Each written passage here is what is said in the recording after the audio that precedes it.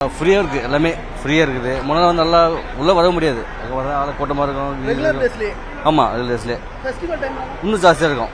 இன்னும் உள்ள வளைய முடியாது, அப்புறம் பஸ்ஸை ஃபுல் டிராஃபிக் இருக்கும், ஃபுல்லாக உள்ள வளைய முடியாது. அந்த மாதிரி இருந்துச்சு. இப்போ கொஞ்சம் பரவாயில்ல, முன்னாடி கொஞ்சம் ஃப்ரீயாக இருக்குது, கொஞ்சம் வரத்துக்கு கரெக்டாக இருக்குது. எந்த ஊருக்கு போகிறீங்க? ஓசூர் போகிறோம். உங்களுக்கு ஆனால் பஸ் இங்கே? ஆமாம், இங்கே தான் பஸ்ஸுங்க இருக்குது.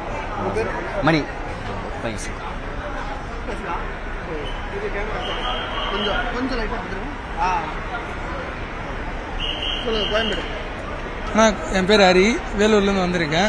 வந்து பார்த்தீங்கன்னா இதுக்கு முன்னே வந்து கோயம்பேடு பஸ் அதிகமாக கிடைச்சிச்சு. இப்போ வந்து பார்த்தீங்கன்னா கோயம்பேடு பஸ் கிடைக்கிறதே பெரிய விஷயமா இருக்குது. அதுதான் ப்ராப்ளமே இப்போது. அதெல்லாம் முன்னே வந்து க்ளீனாக ஓரளவுக்கு மெயின்டைன் பண்ணிட்டு எல்லாம் வந்து போக இப்போ க்ளீனஸ் ரொம்ப கம்மியாக இருக்கணும். அதை இது கம்பேர் பண்ணுவோம், முன்னே இருந்ததுக்கு இப்போ கம்பேர் பண்ணுவோம், அது ப்ராப்ளம் இருக்குது. ஸோ பஸ் வசதி இங்கே கோயம்பேடு கிடைக்கிறது அது பரவாயில்ல, அதுக்கு அப்பப்போ டைமிங்க்கு வருது. அங்கே மற்ற இடத்துலேருந்து கோயம்பேடு வரதான் கஷ்டமாக இருக்குது, சிட்டிக்குள்ளே இருந்து. அது ஒன்று இஷ்யூவாக இருக்குது. ஹரி.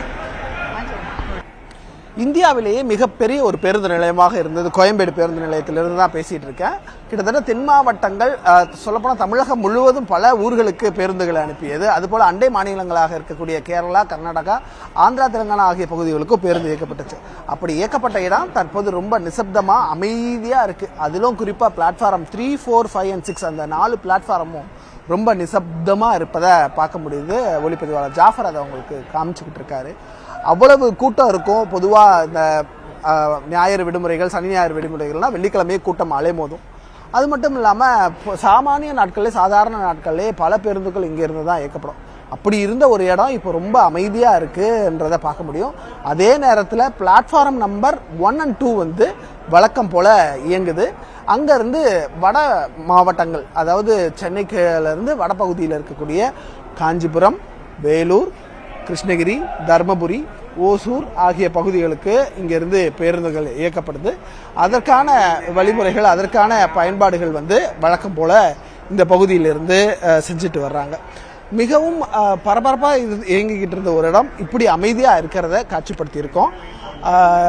அரசுடைய உத்தரவு, நீதிமன்றத்தின் வழிகாட்டுதல் இதெல்லாமே பின்பற்றப்பட்டு தென் மாவட்டங்களுக்கான பேருந்து நிலையமானது கிளாம்பாக்கத்திலிருந்து இயக்கப்படுது அப்படின்றது நம்ம அனைவருக்கும் தெரிஞ்சது. வெகு சில பேருந்துகள், நான் சொல்ல அந்த லிஸ்ட்ல இருக்கக்கூடிய பேருந்துகள் மட்டும்தான் இங்கிருந்து, அதாவது கோயம்பேடு பேருந்து நிலையத்திலிருந்து பேருந்துகள் இயக்கப்படுது.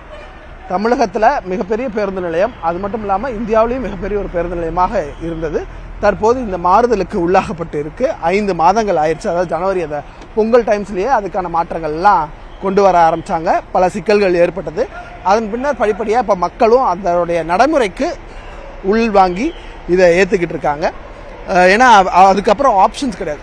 ஒரு சில குறைகள் சொல்கிறாங்க. இந்த பேருந்து நிலையத்துக்கு வர்றதுக்கு பஸ்ஸஸ் வந்து பல இடங்கள்ல இருந்து வர மாட்டேங்குது, இல்லை கிடைக்க மாட்டேங்குன்ற ஒரு குறை சொல்லியிருக்காங்க. இங்கே இருக்கக்கூடிய டாய்லெட், பாத்ரூம், வாஷ்ரூம்ஸ் வந்து கொஞ்சம் இன்னும் க்ளீன் பண்ணணும். ஏன்னா இங்கே இன்னமும் பேருந்துகள் இயங்குது, முழுமையாக மாற்றப்படலைன்றதுனால அதை கொஞ்சம் க்ளீனாக வச்சுக்கணும் அப்படின்றத சொல்கிறாங்க.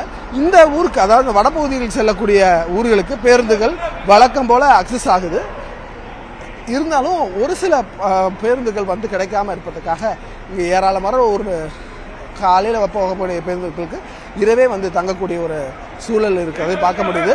அதே போல் காலியாக இருக்கக்கூடிய அந்த 3, 4, 5, 6 அந்த 4 பிளாட்ஃபார்ம்லையும் வீடு இல்லாதவங்க, ஆதரவற்றவர் வந்து அந்த பகுதியில் படுத்திருந்ததையும் நம்மளால் பார்க்க முடிச்சது. அப்படி பார்த்தோன்னா இந்த கோயம்பேடு பேருந்து நிலையம் முழுமையாக ஒரு மாற்றத்திற்கு உட்பட்டு இப்போ இருக்கின்றத உங்களுக்கு காட்சிப்படுத்தியிருக்கோம். ஒளிப்பதிவாளர் ஜாஃபருடன் நியூஸ் 18க்காக சுபாஷ் பிரபு.